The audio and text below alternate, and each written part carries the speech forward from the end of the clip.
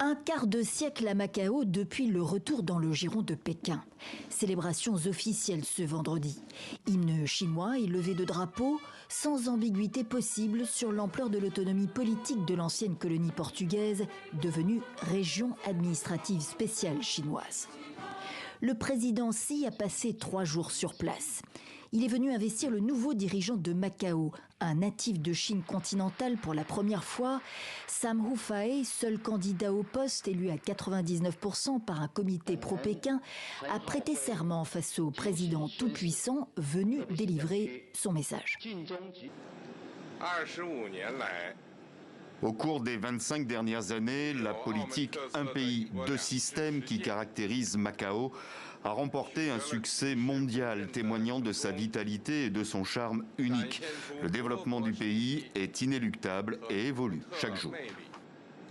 Le charme unique de Macao, vu de Pékin, c'est d'abord sa richesse, croissance multipliée par 8 en 23 ans. Un PIB de plus de 47 milliards de dollars l'an dernier, l'essentiel issu des taxes liées aux jeux. Macao, capitale mondiale des casinos, a attiré 29 millions de visiteurs en 2024. Mais Pékin veut diversifier son économie.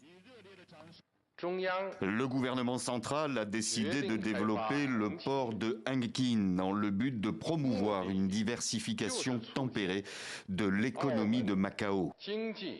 Les projets industriels qui ne sont pas compatibles avec ce positionnement ne doivent pas être développés. Intégrer Macao à la région de la Grande Baie, aux côtés de Hong Kong, Canton, Shenzhen et les villes voisines, pour créer une Silicon Valley plus puissante que son modèle américain, voilà l'objectif. Un développement économique qui ne profite pas à la société civile, regrette cet activiste. Malheureusement, 25 ans après la rétrocession, nous n'avons pas progressé d'un pouce vers un système démocratique.